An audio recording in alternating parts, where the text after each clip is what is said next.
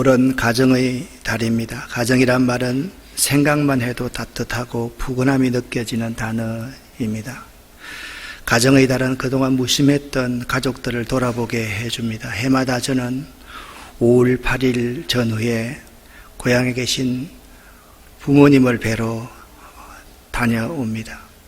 작년 부모님이 다르고 올해 부모님이 다릅니다. 부모님 앞에 가서 엄마 아직까지 많이 건강하네 그렇게 말을 해도 작년과 올해가 다른 어머님의 기력을 느낍니다.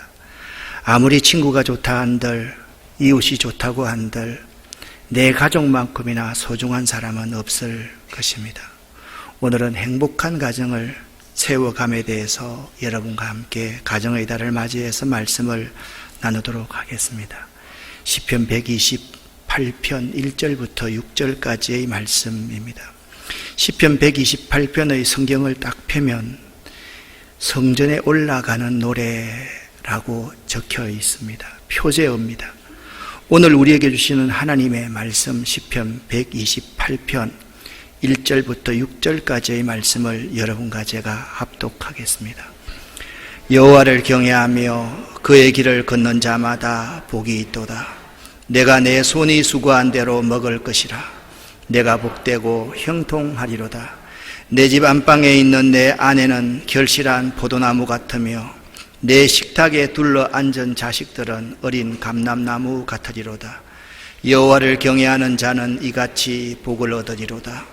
여호와께서 시온에서 내게 복을 주실지어다.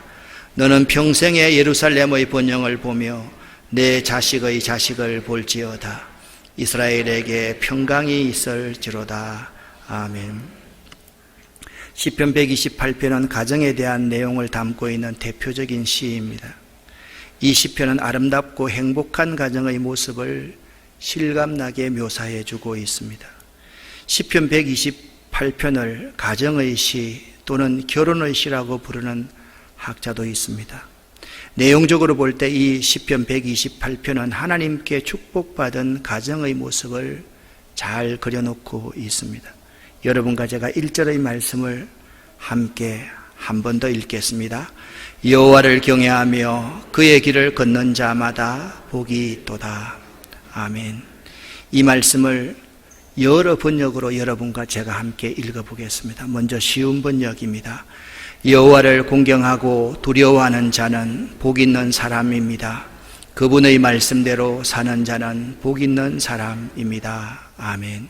현대인의 성경입니다. 여호와를 두려운 마음으로 섬기며 그의 명령대로 사는 자는 복이 있다. 아멘. 세 번역입니다. 주님을 경외하며 주님의 명에 따라 사는 사람은 그 어느 누구나 복을 받는다. 아멘. 오늘 본문 말씀에 의하면 여호와를 경외하며 그 진리를 따라가야 한다라고 말씀하고 있습니다. 경외한다는 말씀의 의미가 무엇일까요? 이 경외라는 말씀의 의미는 하나님의 권위와 거룩하심에 대한 공경과 두려움을 나타내는 데 쓰는 용어가 경외하다라는 용어입니다. 이 경외라는 단어는 대상을 향한 존경심과 두려움으로 그 대상과 동행하기를 원하는 긍정적인 감정을 경외한다로 표현하고 있습니다. 이 경외라는 단어는 가르치다, 말을 듣다, 그의 도를 행하다라는 의미의 이라라는 어근과 같이 하며 뜻이 맞닿아 있는 것을 발견할 수가 있습니다. 이 이래라는 단어, 이 경외라는 단어는 대상에 대한 감정뿐만 아니라 대상을 향한 적극적인 의지와 행함의 뜻이 담겨져 있습니다. 우리는 흔히 경외한다라고 하면 대상에 대한 감정과 내 말의 표현 그 자체가 경외로 표현하고 있지만 사실 이 경외라는 단어는 대상을 향한 적극적인 의지와 삶에서의 열매, 삶으로 드러나는 여러 행함을 다 내포하고 있는 말이 경외라는 단어입니다. 즉 우리가 하나님을 경외한다고 말할 때에는 믿음의 고백과 함께 삶의 열매가 따라와야 한다는 것입니다. 우리가 하나님을 경외한다고 할 때 나만 경외하는 것이 아니라 나와 가족이 다 하나님을 경외하는 것을 말을 합니다. 부모와 자녀들 모두가 하나님을 경외함을 말씀하고 있는 것이죠.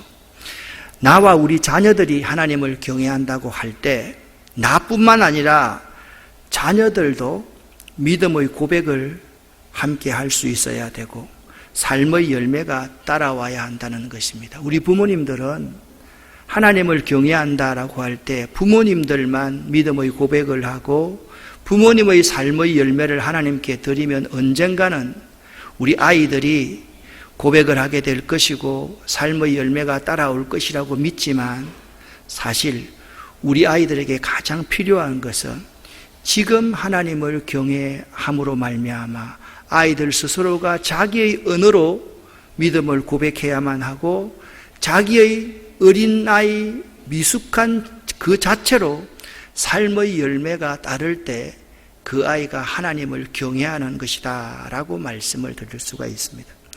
우리 자녀들이 매우 소중합니다. 여러분 가운데 자녀들이 소중하지 않는 사람은 아마 아무도 없을 것입니다. 자녀들이 소중하면 소중할수록 자녀들에게 근본, 기본, 기초가 무엇인지를 분명히 할 수 있어야만 합니다. 자녀들이 가져야 될 근본 기초는 무엇일까요? 잠언 1장 7절 말씀을 여러분과 제가 함께 읽겠습니다. 여호와를 경외하는 것이 지식의 근본이거늘 미련한 자는 지혜와 훈계를 멸시하느니라. 아멘. 여기 여호와를 경외하는 사람은 지혜로운 자다라고 말씀하고 있습니다. 그런데 미련한 자는 지혜와 훈계를 멸시한다라고 말씀하고 있습니다. 이 말씀을 히브리어 직역으로 한번 번역을 해보았습니다. 같이 한번 읽어보겠습니다. 여호와를 경외하는 것이 지식의 처음이나 우둔한 자들은 지혜와 훈계를 멸시한다. 아멘. 그러니까 어떤 지식보다 먼저 가르쳐야 될 것이 구구단보다 영어 ABCD보다 한글보다 먼저 가르쳐야 될 것이 뭐냐? 여호와를 경외하는 것을 먼저 가르쳐야 된다라고 말씀하고 있습니다. 이 잠언 1장 7절의 말씀은 잠언 전체의 표이며 서론의 결론부입니다. 잠언은요 참 재미있습니다. 31장으로 구성되어져 있습니다. 하루에 한 장씩 읽으면 한 달 동안 꾸준하게 읽을 수 있는 것이 잠언의 말씀입니다. 1장 7절에서 여호와를 경외하는 것이, 이 경외라는 이 단어는 단순한 공포심이 아니라 공경하는 마음에서 우러나오는 거룩한 두려움을 경외라는 표현을 쓰고 있습니다. 그리고 지식의 근본이다라는 히브리어는 레시트, 다트라는 단어인데 지혜의 출발점 또한 최상의 지혜를 의미합니다. 그러니까 모든 지식과 지혜의 출발점이 여호와 경외하는 것이 되어야 되고 모든 학문의 최고봉이 여호와 경외하는 것이 되어야 된다라고 말씀하고 있는 것입니다. 우리 자녀들을 한번 생각해 보십시다. 여호와를 경외하는 것이 지식의 근본이오늘 미련한 자는 지혜와 훈계를 멸시하느니라. 잠언 1장 7절의 말씀입니다. 우리의 자녀들이 과연 어떻습니까? 이 자리에 여러분은 나와서 앉아있고 여러분과 여러분의 자녀들이 나와서 앉아있지만 만약 여러분은 이 자리에 나와있고 여러분 자녀들은 온라인으로 주일학생이든지 청소년부 학생이든지 예배를 드린다면 그건 아무 문제가 될 것이 없습니다. 그런데 여러분만 이 자리에 나와있고 여러분 자녀들은 집에서 나름대로 그냥 활동하고 생활하게 두고 이 자리에 와 있다면 혹시나 우리 아이들이 코로나 바이러스에 대중들이 모여있는 이곳에 나와서 감염될까 두려워서 아이들은 집에 숨겨놓고 이 자리에 나와 있는 부모와 형제들이 있다라고 한다면 여러분 스스로에게 한번 물어봐야만 될 것입니다. 당신의 자녀들에게 근본, 기본을 여러분은 가르치고 계십니까? 여러분은 여러분의 자녀들에게 그 근본, 기본을 가르치기 위한 모본을 보이고 있는 부모인지를 한번 생각해 보자라는 것입니다. 하나님을 경외하는 기본은 예배에 생명을 걸 줄 아는 자녀로 키우는 것입니다. 하나님을 경외하는 기본은 하나님이 내 인생의 주인 되심을 고백해 만드는 것입니다. 하나님을 경외하는 기본은 이 말씀이 하나님의 말씀이라고 한다면 이 하나님의 말씀에 절대적으로 순종할 수 있는 자녀로 키우는 것, 그것이 하나님을 경외하는 기본입니다. 책을 읽으면서 좋은 글이 있어서 여러분과 함께 읽어보도록 하겠습니다. 하나님께 대한 믿음의 기본 태도는 경외심입니다. 경외심을 잃으면 하나님께 대한 모든 것을 다 잃게 됩니다. 하나님을 경외하지 않으면 지혜가 끊어집니다. 하나님을 경외하지 않으면 인간의 예와 덕과 품위가 상실되고 맙니다. 그러기에 하나님 경외는 인간의 근본을 지키게 하는 가장 중요한 삶의 자세입니다. 이처럼 하나님의 경외가 참으로 중요한 것이기에 토라를 기록하다가 하나님이라는 글자가 나오면 이렇게 하였습니다. 첫째, 몸을 씻고 정결케 한 후에 썼습니다. 둘째, 쓰던 붓을 계속 사용하지 못하고 새 붓을 들어 썼습니다. 셋째, 일반 본문이 틀리면 도려내고 다시 썼지만 하나님이라는 글자가 틀리게 되면 처음부터 다시 쓰도록 했습니다. 아멘. 유대인들은 하나님 경외가 너무 중요한 것이기 때문에 하나님 이름만 나오면 몸을 정결케 하고 붓을 들었습니다. 그리고 새 붓을 들어서 하나님을 기록해 나갔습니다. 그리고 하나님이라는 단어가 틀리면 처음부터 다시 쓰도록 했습니다. 그런데 구약 성경에는 야훼라는 글자가 6823번, 엘로힘이라는 글자가 2550번 나오고 있습니다. 그럼에도 이렇게 썼으니 하나님을 경외하는 마음이 얼마나 중요하기에 이렇게 하였는가 하는 것을 보여줍니다. 오늘 우리가 사는 세상이 무질서해지고 도덕과 예가 사라지고 지식은 많으나 지혜롭지 못한 사람들이 넘치는 까닭이 무엇이겠습니까?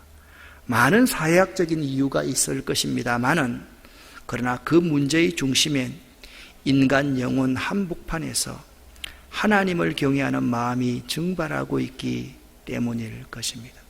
사랑하는 여러분, 우리 자녀들이 하나님을 경외하도록 해야만 합니다.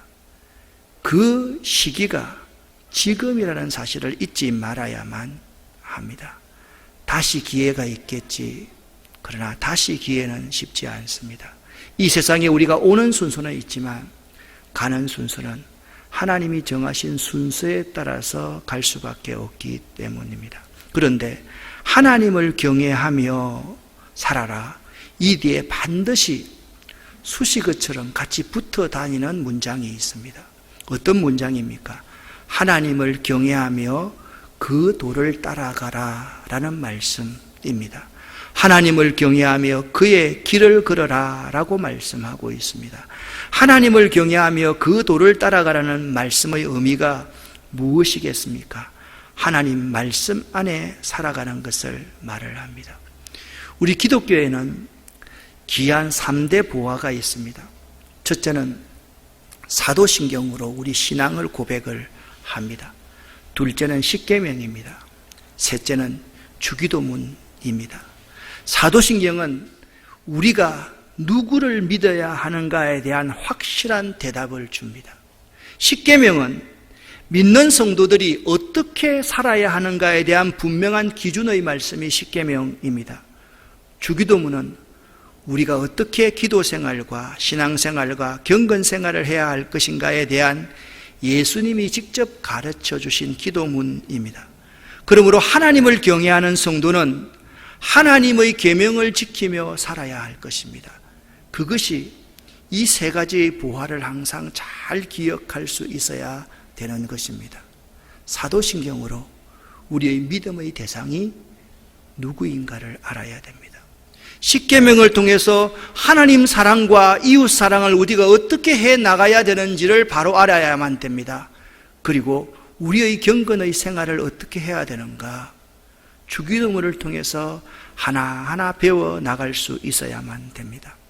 여호와를 경외하며 그 진리를 따라 살아가는 사람은 복을 받는다라고 오늘 성경은 우리에게 말씀하고 있습니다. 여러분과 제가 2절 말씀을 함께 읽어보도록 하겠습니다.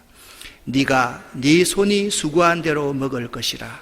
내가 복되고 형통하리로다. 아멘. 하나님을 잘 경외하면 먼저 개인의 삶에 형통의 복을 주십니다.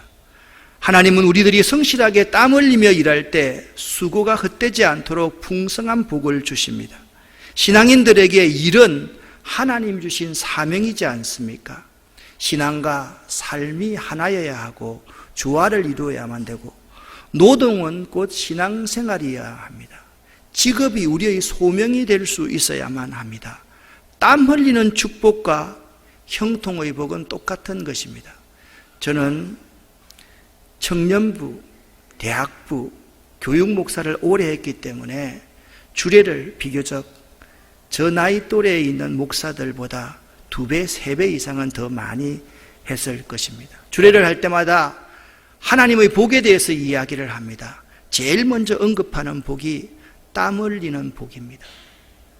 퇴근하고 나서 남편과 아내가 들어올 때 남편의 이마에, 아내의 이마에 송골송골 맺혀있는 그 땀방울을 닦아줄 수 있는 복, 그것이 가장 큰 복인 것입니다. 하나님을 잘 경외하면 네가 수고한 것이 땅에 떨어지지 아니할 것이고 그 수고한 만큼의 대가를 얻게 된다. 그것이 복이다 라고 그렇게 말씀하고 있습니다. 그리고 3절과 4절 말씀을 읽어보겠습니다. 내 집 안방에 있는 내 아내는 결실한 포도나무 같으며 내 식탁에 둘러 앉은 자식들은 어린 감람나무 같으리로다. 여호와를 경외하는 자는 이같이 복을 얻으리로다. 아멘. 왜 내 실에 있는 아내를 결실한 포도나무 같다고 했을까요? 아내를 결실한 포도나무로 비유한 것은 먼저 건강한 출산 능력과 두 번째 자녀를 잘 양육시키는 현숙한 아내에 대한 비유가 아내가 결실한 포도나무라는 의미입니다. 이러한 아내를 아름답고 풍성한 열매를 자랑하는 포도나무에 비유하고 있는 것입니다. 그런데 3절 하반절에 내 식탁에 둘러 앉은 자식들, 자녀들을 어린 감람나무 같으리라 라고 비유하고 있습니다. 감람나무는 상록수입니다.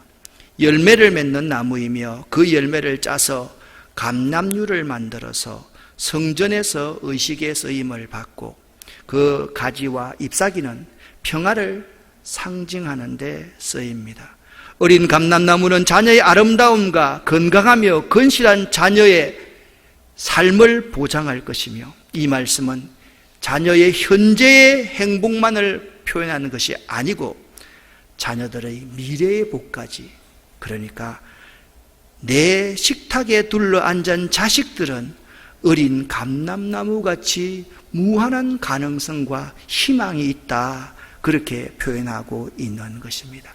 아내를 결실한 포도나무로, 상에 둘러앉은 자녀를 어린 감람나무같이 표현하고 있는 이 시인의 모습, 이 시인은 이렇게 말씀하고 있습니다. 여호와를 경외하는 자는 현숙한 아내를 얻고 건강하고 아름다운 자녀를 양육하는 가정의 복을 받는다, 그렇게 말씀하고 있는 것입니다. 특히 4절 말씀을 보면 우리 이 성경 개역 개정 사판이나 개역 한글판에서는 놓치고 있는 단어가 있습니다.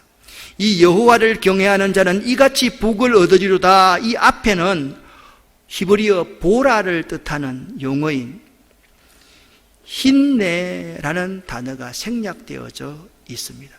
이것은 지금까지 시편 128편의 저자가 여호와를 경외하는 자는 이런 놀라운 복을 받습니다 라고 언급했는데, 그 내용이 잘 정리하듯이 읽는 독자들에게 보십시오. 보라, 여호와를 경외하는 자는 이같이 복을 얻지 않느냐. 한번 보라는 거예요. 체험해서 보라는 거예요. 주변을 보라는 거예요. 여호와를 경외하는 자가 이처럼 많은 복을 받았다라고 증언하고 주고 있는 것입니다. 그런데 여호와를 경외하는 사람의 복은 반드시 시온을 통하여 온다라고 말씀하고 있습니다. 5절과 6절 말씀을 함께 읽겠습니다. 여호와께서 시온에서 내게 복을 주실지어다. 너는 평생에 예루살렘의 번영을 보며 내 자식의 자식을 볼지어다. 아멘.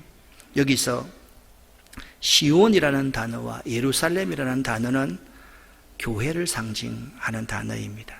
그런데 시온에서 내게 복을 주신다는 말의 의미는 더 깊은 의미를 내포하고 있습니다. 시온과 예루살렘에서 내게 복을 주실지어다 라는 이 문장은 시온과 예루살렘은 하나님의 지상처소입니다. 그러니까 성막, 시온, 예루살렘은 이 지상에서 하나님이 임재하시는 곳이었습니다. 그런데 이 시온에서 복이 온다, 예루살렘에서 복이 온다, 지성소에서 복이 온다는 사실을 시편 기자가 말을 하면서 여러분 보십시오. 눈으로 확인하십시오. 여호와를 경외하는 자들에게는 이러한 복이 옵니다. 그 모든 복이 시온으로부터, 하나님으로부터 여러분들에게 임한다는 것을 이 시편을 읽는 독자들의 마음에 심겨주기 위해서 시온에서부터, 예루살렘에서부터 내게 복을 주실지어다 라고 표현하고 있는 것입니다. 여러분, 신앙은 있잖아요. 심겨주는 것입니다. 하나님께 이렇게 살면 복을 받습니다. 그것을 계속적으로 자녀들의 삶에, 이제 신앙생활을 시작하는 사람들의 그러한 가슴 속에 심어두는 것입니다. 그 심겨진 그 씨앗들이 뿌리가 나서 열매를 맺게 되는 것이죠.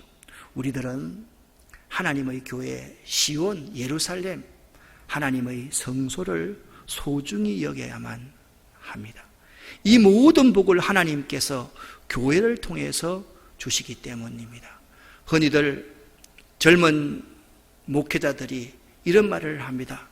교회는 사람입니다. 교회는 예배당이 아닙니다. 맞습니다. 옳습니다. 교회는 사람이 교회입니다. 예배당이 교회는 아닙니다. 그러나 사람들이 모여있는, 교회가 모여있는 이 모임의 이 예배당은 보이는 유형의 큰 교회라고 말할 수 있는 것입니다. 이 모든 복을 하나님께서는 우리 사람들, 교회가 모여있는 이 교회를 통하여서, 이 처소를 통해서 복을 주시기 때문입니다. 교회는 골로새서 1장 24절에 의하면 예수 그리스도의 몸이라 말했습니다. 에베소서 1장 22절의 말씀에 의하면 교회의 머리는 예수 그리스도라고 말씀하고 있습니다. 교회는 예수 그리스도의 십자가의 고난의 피로 삼바되는 것이 하나님의 교회임을 우리에게 말씀해 주고 있는 것입니다.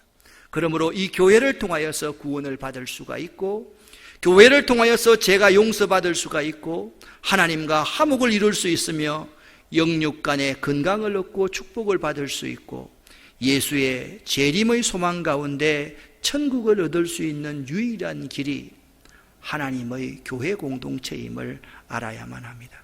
왜냐하면 교회에서는 예수를 믿고 하나님께 예배를 드리기 때문에 하나님은 이 교회를 통하여서 복을 주신다라는 것입니다.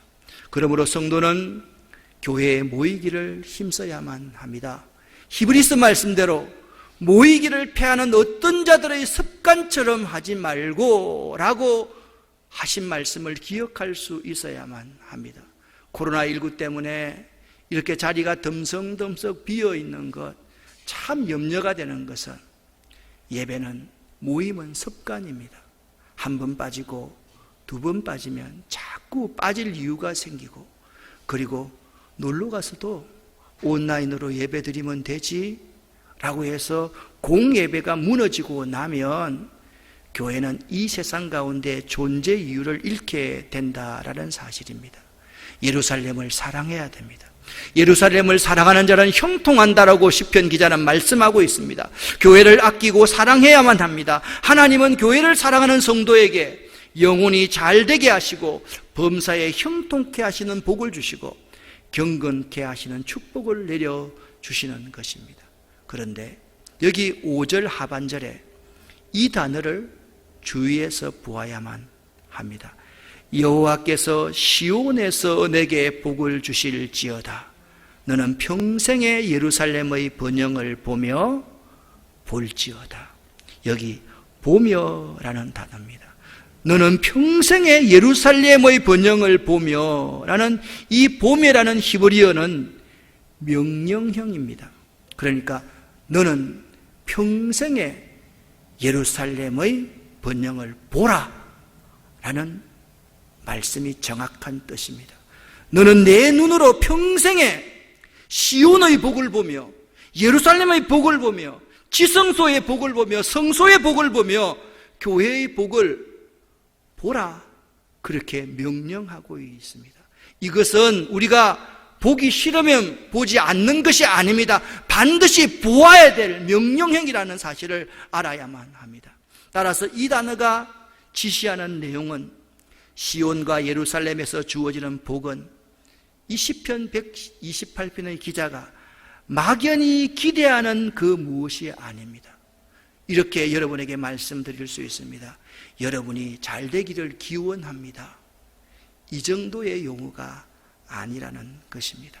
이 기원을 넘어선 강한 성취를 내다보는, 미래에 반드시 이루어질 것을 내다보는 일종의 약속의 성취로서 해석할 수 있는 것이 보라라는 단어인 것입니다.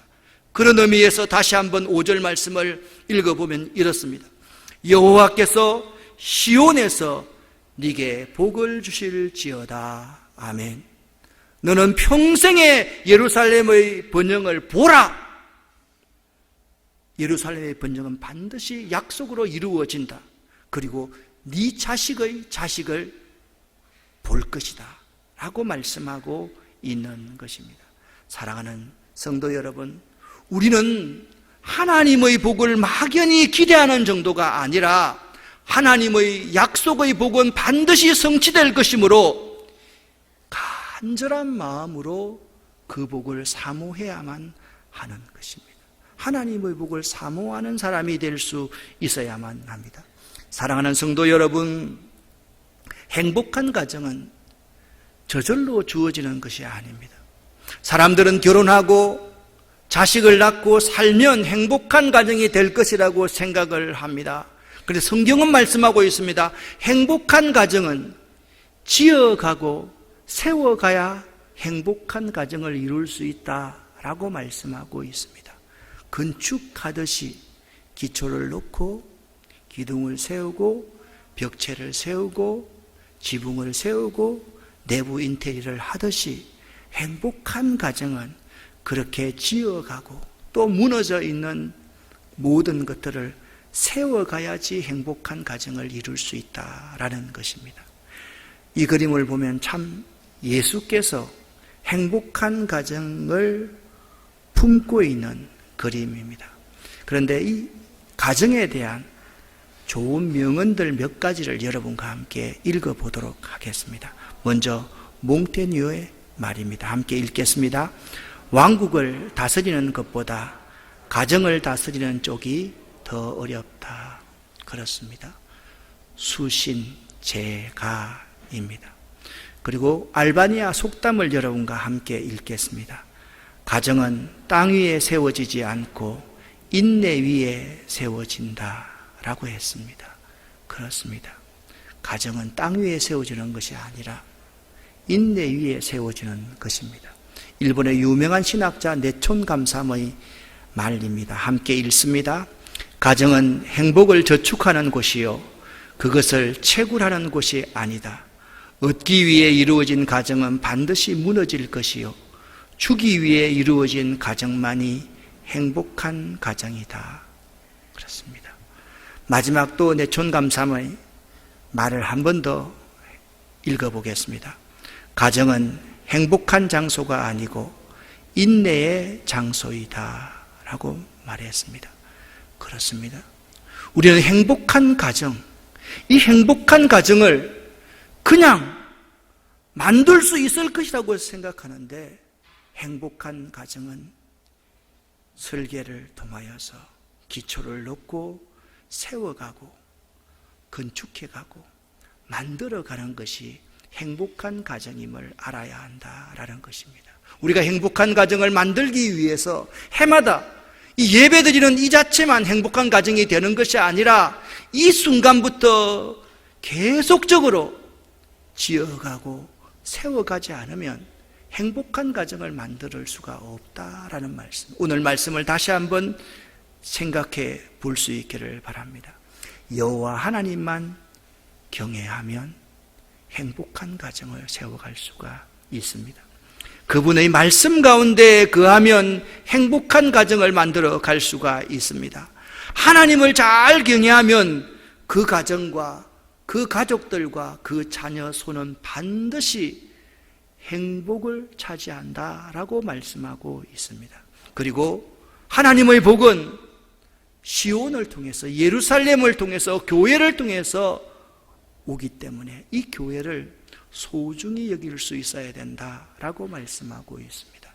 교회를 소중히 여긴다라는 의미가 무엇이라고 말씀을 했습니까? 하나님을 경외하고 하나님의 교회를 소중히 여긴다는 것은 우리 자녀들 앞에 부모님들이 먼저, 우리 신앙의 선배들이 먼저 예배에 목숨을 걸 수 있어야 되고, 하나님의 주인 되심, 하나님의 주권을 바로 인정할 수 있어야 되고, 돈이 주인이 아니고, 이 세상 성공이 주인이 아니고, 건강이 주인이 아니고, 자녀가 이 세상의 주인이 아니라 하나님만이 나의 주인이 되심을 인정하고, 이 하나님의 말씀, 이 하나님의 말씀이면 순종할 수 있는 사람이 되어야만 합니다. 여기까지 말씀을 끝맺었습니다. 요즘에 열심히 일도 하고 노동도 하고 또한 시골도 갔다 오니까 매우 피곤했지만 어젯밤에 잠이 오지 않았습니다. 새벽 2시까지 설교 준비하다가 그 전에 조력생태공원을 한 바퀴 쭉 돌고 들어와서 새벽 4시경에 다시 일어났습니다. 그때 문득 이분의 말씀이 생각이 났습니다. 이어령 선생님 아닙니까?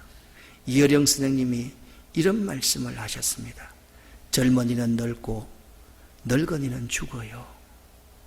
젊은이는 늙고 늙은이는 죽어요. 제가 이번에 고향에 내려가서 구순 되시는 어머니를 뵈니까 참 어머니와 저하고 나이 차이가 30살도 나지 않는 사실을 보고 깜짝 놀랐습니다. 그래, 젊은 나는 이제 늙어서 62이라는 나이가 되었고 우리 어머니는 이제 구순이 되셨구나 라는 생각을 해보니까 참 인생이 빠르다, 참 빠르다. 엄마 하면서 엄마 막내로서 엄마 젖가슴만 치며 자라던 시기가 어제 아래 같은데 이미 인생의 시기를 다 해가는 내 모습을 바라보면서 그렇구나 라는 생각이 들었습니다. 사랑하는 성도 여러분, 왜 이런 말씀을 여러분에게 드리는 것입니까? 지금도 늦지 않았습니다. 지금 이 순간부터 여러분 자녀들에게, 여러분 인생 후배들에게 하나님 경외함을 가르치십시오. 자녀들도 금방 나이가 듭니다. 그렇기 때문에 행복한 가정을 이루기 위해서는 이 가정을 위해서 어릴 때부터 설계할 줄 알아야 됩니다.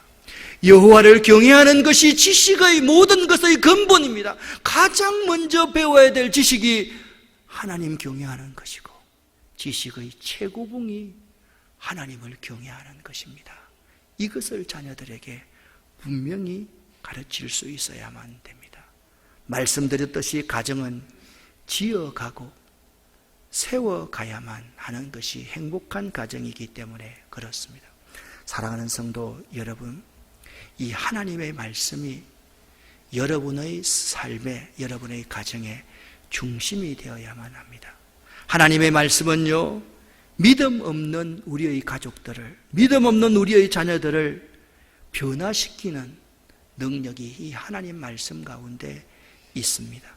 이 하나님의 말씀은요, 또 이미 믿음 있는 여러분과 저를 다시 하나님의 말씀 앞에 서게 만들어 준다라는 사실을 알아야 됩니다.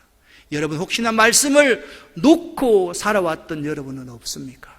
다시 한번 하나님의 말씀 앞에 설 수 있는 여러분 되시기를 예수 이름으로 간절히 축원합니다. 여호와를 경외하며 그 도를 행하는 자는 복을 받습니다. 이 하나님의 말씀입니다. 여호와를 경외하는 것이 지식의, 지혜의 모든 처음입니다 라는 이 말씀을 기억할 수 있어야만 됩니다. 사랑하는 아름다운 교회 성도 여러분, 가족은 너무나도 소중합니다. 지금도 자녀 교육은 늦지 않습니다. 자녀가 여러분의 우상이 되면, 손주가 여러분의 우상이 되면 하나님이 혹시나 그 자녀들을 먼저 데려가실지도 모릅니다. 중요한 것은 지금부터 하나님 경외하는 법을 우리 아이들에게, 우리 후배들에게 가르쳐야 된다라는 것입니다. 하나님 앞에 드리는 철저한 예배, 지금도 늦지 않습니다.